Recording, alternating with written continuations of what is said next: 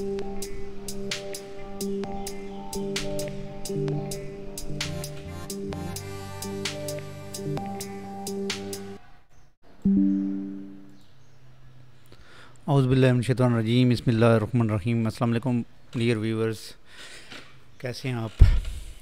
उम्मीद है कि आप खैरियत से होंगे। हमारे लेसन चल रहे हैं एमएस वर्ड के साथ साथ मेरा इरादा था कि एमएस एक्सेल के भी हम रिकॉर्डिंग करें, तो वो भी शुरू करेंगे साथ साथ एमएस एक्सेल भी। लेकिन फ़िलहाल जो है वो एमएस वर्ड के ही हम चला रहे हैं, और आज जो हमारा लेसन होगा वो एमएस वर्ड का ही है। तो एमएस वर्ड के लास्ट लेसन में हमने पढ़ा था icon, 3D model, smart art का डिज़ाइन टैब और फार्मेट टैब। तो चलते हैं अपने लेसन की तरफ। ये इंसर्ट टैब है। इंसर्ट टैब में अगर हम आ जाएं यहाँ पर,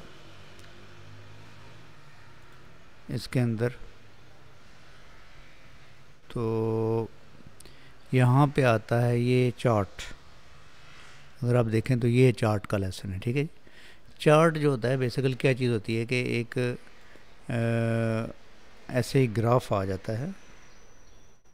इसके अंदर अगर आप देखें तो ये बहुत सारे चार्ट बने होते हैं, कोई 18 के 19 टाइप हैं इस चार्ट की।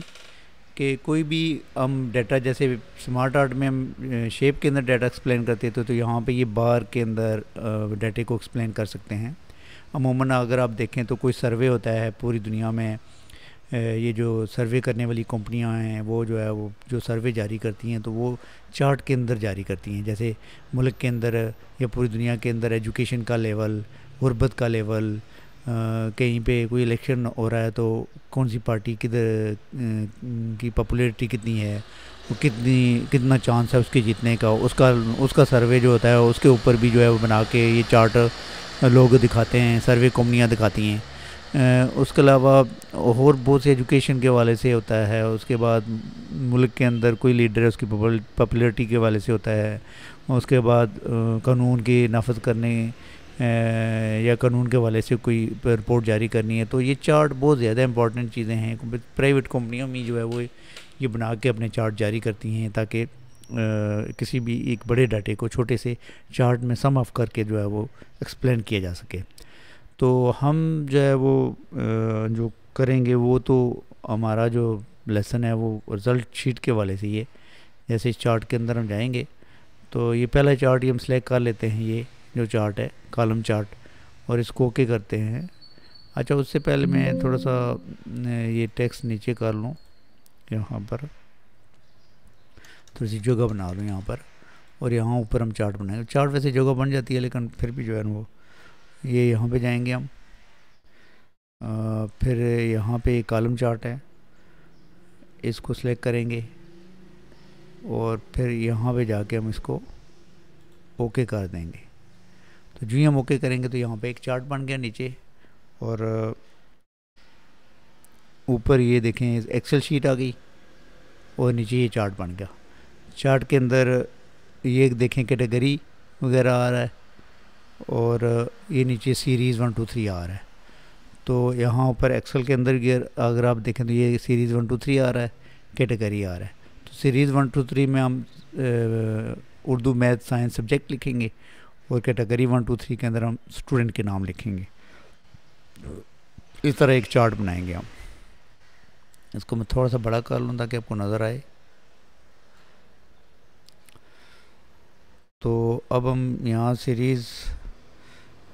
ये सीरीज़ 1 2 3 है, इसके अंदर हम लिखेंगे जी उर्दू। और आप नोटिस करेंगे कि यहाँ नीचे जो है वो यहाँ पे ये चेंजिंग होती आ जाएगी। यहाँ उर्दू लिखा है तो उर्दू आ गया, इसी तरह हम लिखते जाएंगे तो आता जाएगा। दूसरे में हम लिखेंगे मैथ, और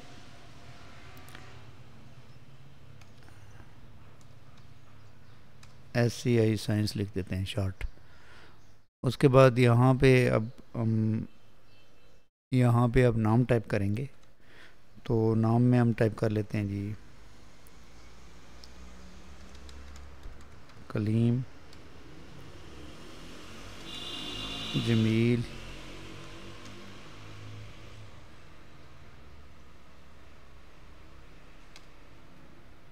जलील,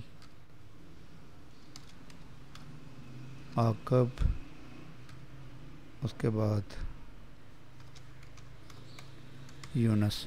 तो अब हमने यहाँ ऊपर नाम टाइप किए, देखें आप यहाँ पे हमने नाम टाइप किए, और यहाँ नीचे अगर आप जाएँ देखें तो यहाँ पे ये सारे नाम आ गए। ठीक है, एक नाम अभी रहता है क्योंकि वो जब मैं इंटर करूँगा तो वो भी आ जाएगा, ये आ गया। अब इसके अंदर हम नंबर टाइप करेंगे, यहाँ पे उर्दू के नंबर कितने लिए हैं इसने, तो नंबर वगैरह टाइप करते हैं। उसके बाद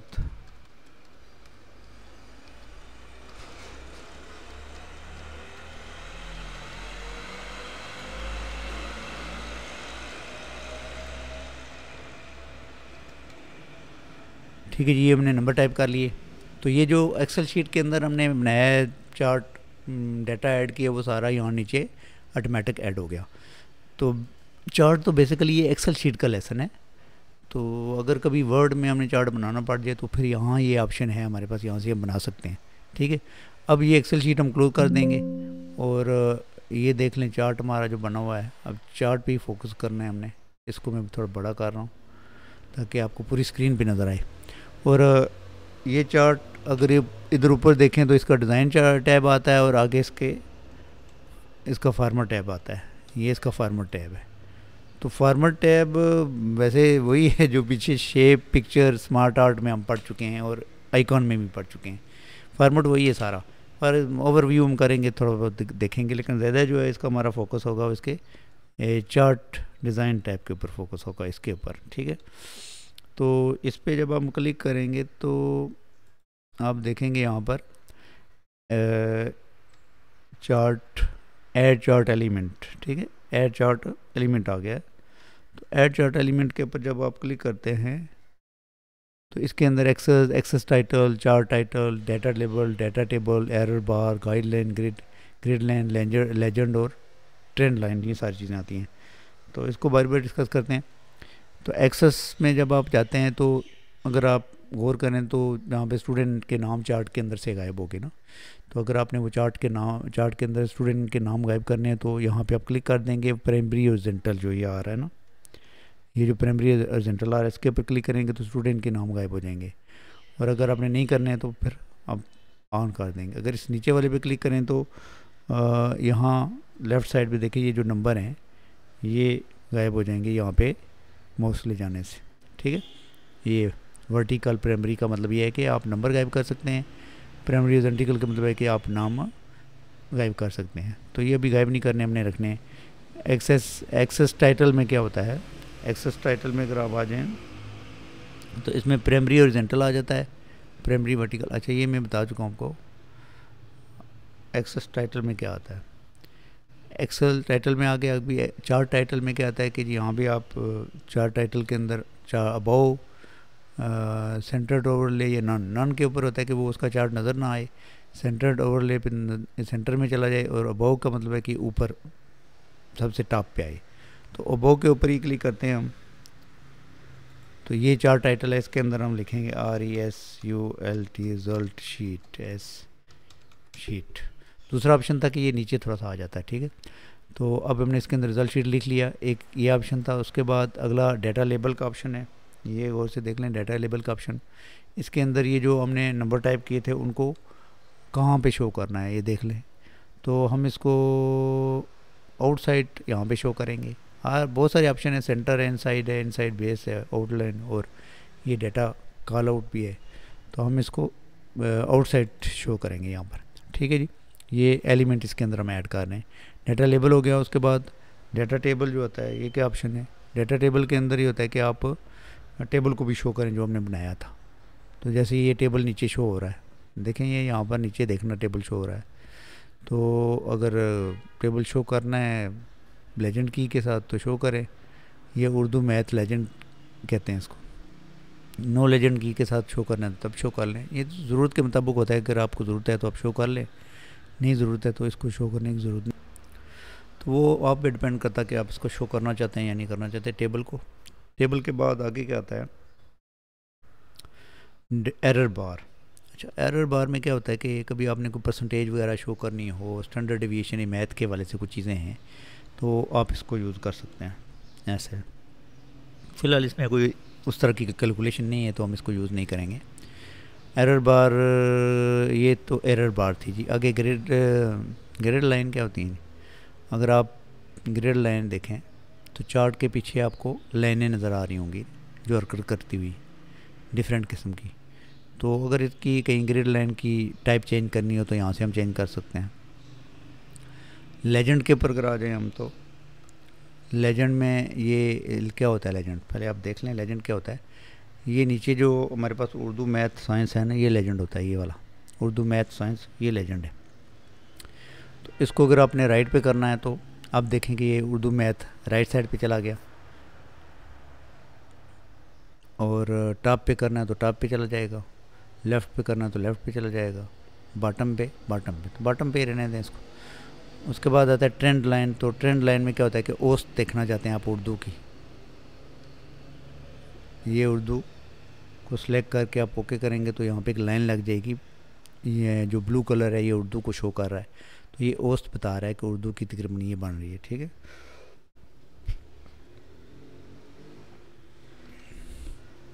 तो ये तो हमारे थे चार्ट एलिमेंट ऐड। हमने एक डिज़ाइन खुद बना लिया, तो यहाँ बने बनाए डिज़ाइन भी होते हैं, आप ये भी यूज़ कर सकते हैं। चूँकि हमने खुद बना लिया तो फिर आप बना बनाया यूज़ नहीं करेंगे। इसका कलर चेंज करना है तो यहाँ से आप ये जो बार है इनका कलर चेंज कर सकते हैं। नज़र आ रहा है आपको? ये जो बार हैं सारी, इनका कलर आप चेंज कर सकते हैं यहाँ से। ये देखें यहाँ से। उसके बाद इस चार्ट का डिज़ाइन आप यहाँ से चेंज कर सकते हैं। यहाँ से ये ऊपर जो डिज़ाइन है यहाँ से आप चेंज कर सकते हैं, और यहाँ पे क्लिक करके इसके मज़ीद डिज़ाइन भी देख सकते हैं। तो जो भी डिज़ाइन आपने चेंज करना है वो आप यहाँ से चेंज कर सकते हैं। स्विच रो में ये ऊपर नीचे स्विच होता है, अभी फ़िलहाल ऑफ़ हुआ हुआ है, तो इसमें आप स्विच करते हैं तो ये नाम और ये जो मैथ सब्जेक्ट वगैरह ये स्विच हो जाते हैं। अब सिलेक्ट डेटा में अगर आप जाएंगे तो उसका क्या काम है? सिलेक्ट डेटा में क्या होता है कि यहाँ पे अगर आप देखें तो ये नीचे आपको जो है वो शीट नज़र आ रही है जो हमने बनाई थी, और यहाँ पे एक सिलेक्ट डेटा सोर्स नज़र आ रहा है। हमने यहाँ पे ना ये एक जलील नाम है, इसको मैंने टिक ख़त्म कर दिया ना, तो यहाँ से मैथ का टिक भी ख़त्म कर दिया। तो यहाँ से मैं दोबारा मैथ का टिक भी ख़त्म करना चाहता हूँ, तो 2 टिक मैंने ख़त्म किए, एक जलील का और मैथ का। और जो ही ओके करूँगा तो इसके अंदर से चार्ट के अंदर से मैथ जलील ख़त्म हो जाएगा। जलील और मैथ दोनों ख़त्म हो गए। अब दोबारा इनको वापस लाना, तो यहाँ पे हम जाएंगे दोबारा, ठीक है, फिर वहाँ जाएंगे, जलील को टिक कर देंगे, फिर यहाँ जाएंगे, मैथ को टिक कर देंगे, और फिर यहाँ पे ओके पे क्लिक कर देंगे, तो वापस आएंगे तो हमारे पास वो चार्ट वापस आ जाएगा। ठीक है, ये चार्ट पूरा मुकम्मल हो गया। तो इस तरह आप इसके अंदर से चीज़ें हाइड और शो भी कर सकते हैं, वो सिलेक्ट डेटा में जाके।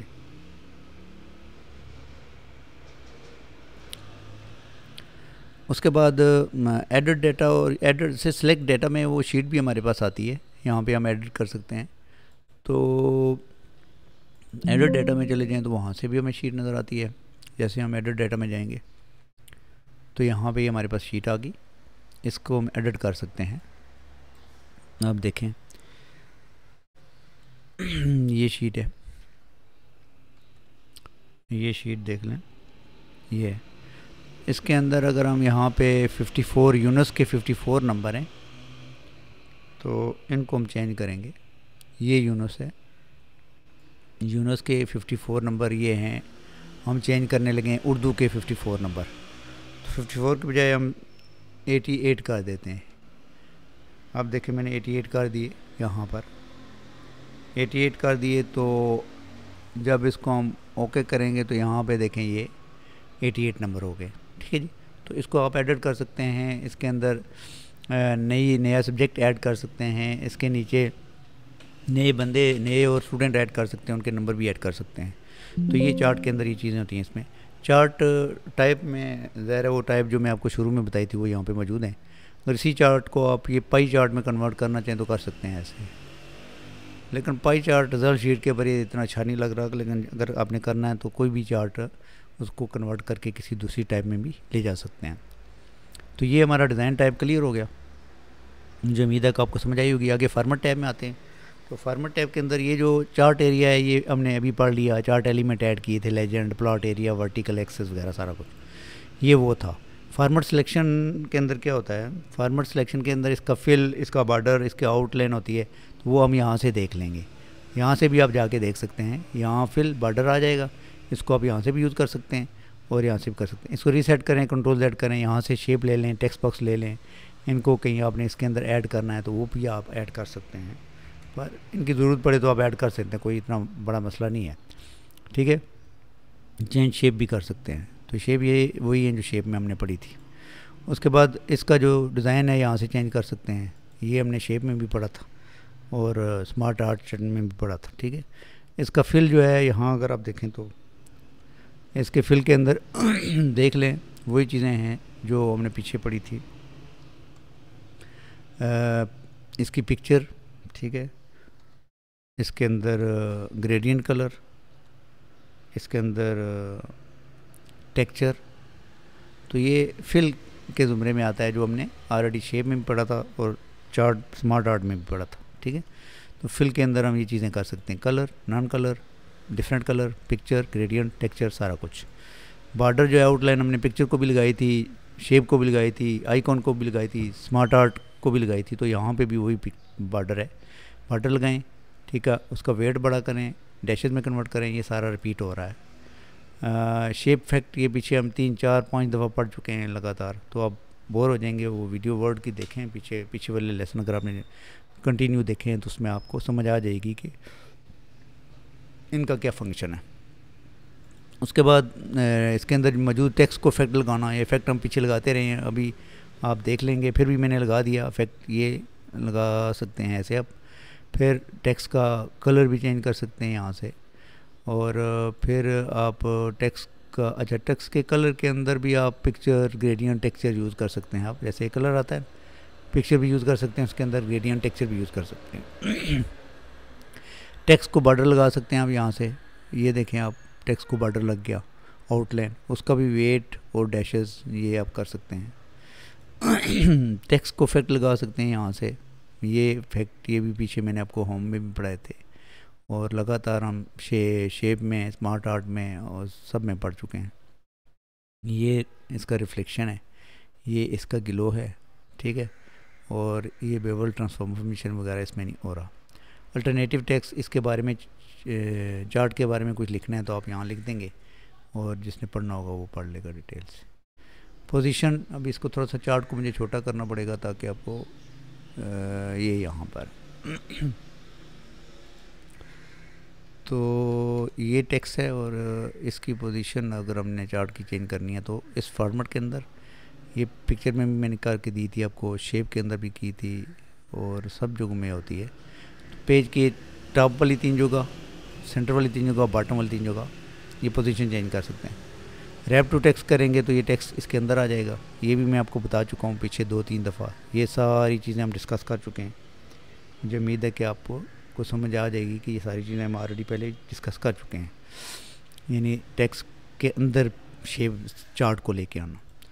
2 चार्ट हूँ सेंड टू बैक, अगर 2 चार्ट हूँ तो ब्रिंग फॉरवर्ड करेंगे तो पीछे वाला चार्ट आगे, आगे वाला पीछे, सेंड टू बैक पीछे चल जाएगा। सिलेक्शन पैन के अंदर अगर आप देखें तो सिलेक्शन पैन क्या करता है, इसके अंदर आपको चार्ट नज़र आएगा यहाँ पर, इसको हाइड भी कर सकते हैं आप, शो भी कर सकते हैं, तो ये इसका सिलेक्शन पैन का काम है। उसके बाद अलाइनमेंट, चार्ट को अलाइनमेंट करना है, देख लें ये left, right, centre, top, middle, bottom, horizontal, distribute horizontally, vertically, ये सारा कुछ आप अलाइन कर सकते हैं इसको, चार्ट को, और अलाइनमेंट यूज़ गाइड भी कर सकते हैं सारा कुछ। तो उसके बाद 2 चार्ट उनको ग्रुप कर सकते हैं, रोटेट कर सकते हैं, उनका साइज़ भी छोटा बड़ा कर सकते हैं। ये मैंने शॉर्ट इसलिए पढ़ाया है कि आप लोगों को पता होना चाहिए कि पिक्चर के टाइप के अंदर हमने पढ़ा था, फिर हमने शेप के अंदर पढ़ा, फिर आइकॉन के अंदर पढ़ा, फिर स्मार्ट आर्ट के अंदर पढ़ा। तो यानी ये 4 पीछे लेसन जो हमारे गुजरे हैं, पिछले 4 लेसन पिछले जो गुजरे हैं, उन चारों लेसनों में हमने ये फार्मेट टैब पढ़ा था। तो पिक्चर का फार्मेट टैब, शेप का फार्मेट टैब, टेक्स्ट बॉक्स का फार्मेट टैब, स्मार्ट आर्ट का फार्मेट टैब और चार्ट का फार्मेट टैब, जो ये सब सेम ही है, इनमें कोई फ़र्क नहीं होता है। फिर भी मैंने इसको आपको ओवरव्यू कर दिया है ताकि कोई नया बंदा आया तो वो ये ना कहे जी कि बिल्कुल पढ़ाया ही नहीं सर ने। ये ओवरव्यू मैंने इसका कर दिया। तो ये हमारा लेसन था आज का, चार्ट के बारे में था, MS वर्ड के अंदर लेसन चार्ट। तो यहाँ इंसर्ट टैब में ही आता है चार्ट ये चार्ट, ठीक है। उसके बाद आगे स्क्रीन शॉट है, और ऑनलाइन वीडियो तो ऑनलाइन ही होती है, इसको हम छोड़ देंगे, लिंक पढ़ेंगे, बुक मार्क वगैरह सारा कुछ ये नेक्स्ट वीडियो में कवर करेंगे। तो उसके तो हेडर फुटर भी कवर करें, अगली 2-3 वीडियो में हम इंसर्ट टैब को क्लियर कर देंगे।